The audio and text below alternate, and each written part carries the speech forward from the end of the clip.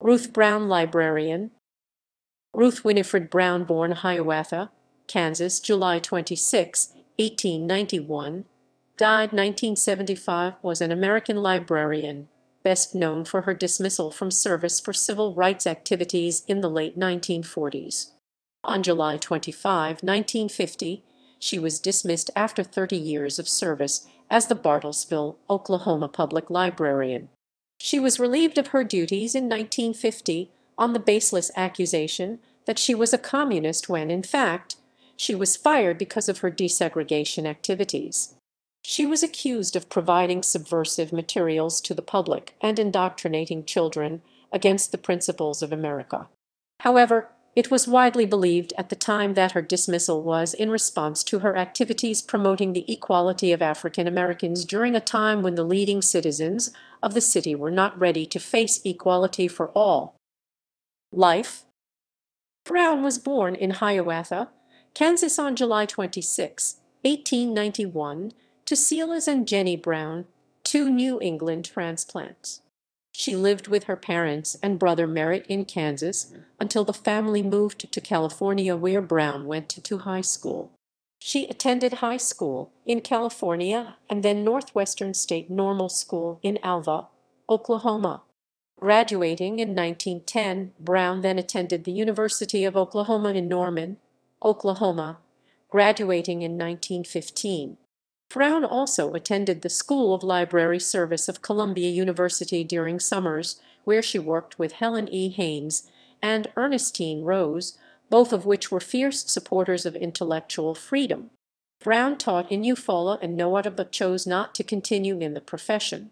Instead, she wanted to move back home to be closer to her parents, especially her mother, who was confined to a wheelchair. Brown moved to the small town of Bartlesville in 1919, where her parents now lived. In November 1919, Brown accepted the job of librarian at the local Carnegie Library in Bartlesville. She felt a calling to her work and said she would not marry because the library was like a marriage to her. She was passionate about the children who visited the library, knew them all by name, and even persuaded some to become librarians. Active in the Oklahoma Library Association (OLA), Brown was elected secretary in 1920, treasurer in 1926, and president in 1931. During her presidential year, she gave a speech which advised librarians to reduce to a minimum worry about lost books and to encourage the many who did not make use of their right to library service. She stated that libraries should provide recreational culture suited to all needs of the community they served, which was a forward-thinking idea for libraries at that time. Like Ranganathan's first law, she believed books were for use and wanted books worn out by use. Brown truly believed that the library should be both a repository for information and a source for wholesome recreation. Brown was a library advocate during the Depression and provided useful materials for the unemployed men in the community as well as their families. She also documented how her materials were used, sometimes in great detail. For example, in 1931, she reported that the library's collection of 20,062 volumes had been used 13.19 times by every person in her service area. She was also a fervent believer in the principle of equity of access, with her commitment to racial equality in the use of the public library. Activities leading to dismissal. Brown had long worked for equal rights for all citizens. As early as the 1920s, she was working to allow equal access to the library for African Americans. In 1946, after observing how African American soldiers fought in the Army for rights they were denied at home, Brown helped establish the Committee on the Practice of Democracy COPT in Bartlesville. The COPT worked to improve relations among people of all races, more particularly to foster improvement of conditions arising out of discrimination based on race, creed, or color. Later the same year, the Bartlesville chapter of COPT decided to affiliate with the Congress of Racial Equality Corps, becoming the only chapter of CORE below the Mason-Dixon line. The group quickly went into action working to recruit an African-American doctor to live and work in the Black community of Bartlesville. They, together with the ILCA, sponsored interracial conferences and seminars featuring Black and white speakers. In 1939, only 99 of the 774 Southern public libraries provided services for African American patrons. Though these libraries were under the doctrine of separate but equal, African American libraries received inadequate reading materials, short hours, and minimal budgets. In the Bartlesville Public Library, Brown had been providing service to African Americans since the 1920s. Records show borrowers' names in the registry, and a small number are identified as colored. By 1950, the library subscribed to Ebony and Negro Digest. Apparently, Brown was also interested in integrating the children's story time, but was dissuaded from doing so by the Library Commission. She then turned her attention to an educational exhibit on Negro culture from Africa to today. On a personal note, Brown was pushing the cultural norms and limits in many ways.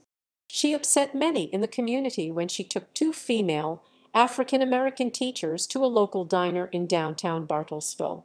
The diner refused to serve them, and Brown and her companions staged what later became known during the Civil Rights era as a sit-in.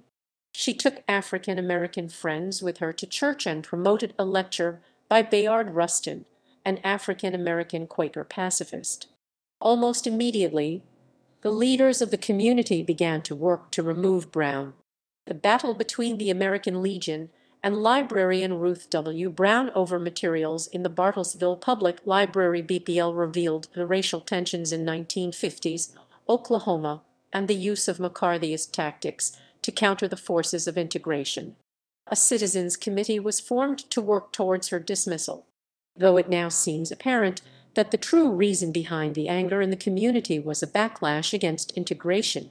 At the time, even the city leaders and commission realized that Brown could not be fired because of her political views and her civil rights activities, as they all took place in her own time.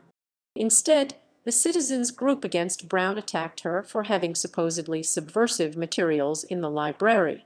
The library board was asked by the city commission to perform a complete examination of the library's collection and the general operations and work ethic of Brown. After a thorough examination, the library board reported that they could not find any evidence of subversive materials or subversive teachings. On March 9, 1950, the Bartlesville paper, the Examiner Enterprise, published a picture of the materials in question. The picture showed a pile of copies of The Nation and the New Republic magazines that were now being questioned, but which had been subscribed to by the library for years, with two books on top. The first book was The Russians, The Land, the People, and Why They Fight, and the other was pictured without its dust jacket or any library markings. There was never any acknowledgement or admission by the paper of where this picture was taken. It had not been authorized by the library board, and the books on top could never again be located. The library board, the American Library Association's Intellectual Freedom Committee, and Brown were locked in a battle with the Bartlesville city leaders. Miss Brown is nationally recognized as the first librarian to receive assistance from the Intellectual Freedom Committee of the American Library Association. On July 10, the City Commission thanked the library board for its service and summarily dismissed them all. A new board was immediately appointed which supported the city's position regarding Brown. The campaign to fire her was almost complete, and though everyone knows what they are really fighting, as Brown later commented to a friend, her opponents chose the McCarthy-era scare tactics as a more viable way to rid the city of her progressive views on racial equality. Brown was interviewed by the City Commission on July 25, 1950. She refused to answer questions about her private life except in writing at her attorney's request. When asked about having the subversive materials New Republic, The Nation, Soviet Russia Today in the library, she responded that they were 3 of 75 publications to which she subscribed. Further, she continued she did not feel she should censor what her public chose to read. However, in spite of no clear evidence of subversion, She was fired the same day.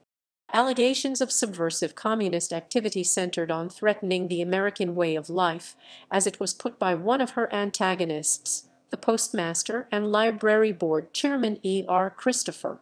Bartlesville's elite resorted to censorship and suppression to silence the proponents of racial justice and equality and rid the library of supposedly subversive material.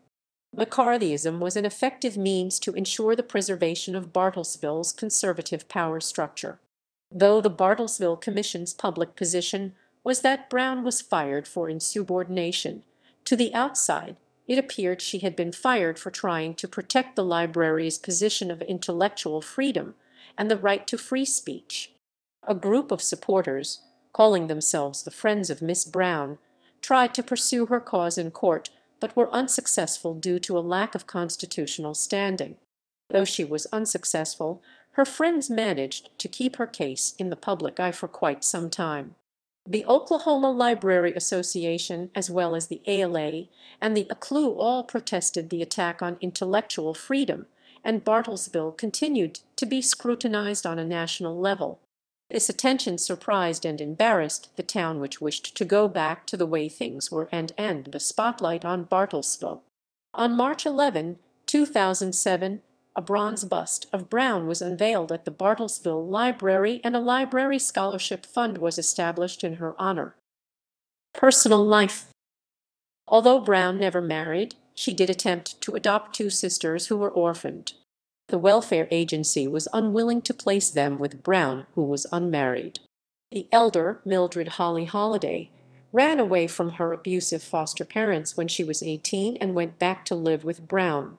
Holly's sister Ellen then ran away to live with Brown, who was finally able to adopt the younger girl. Popular culture. The events in Columbia Pictures' 1956 film Storm Center were largely fictional, but the character played by Bette Davis was based on Ruth Brown and her struggle with the county commission over communist literature.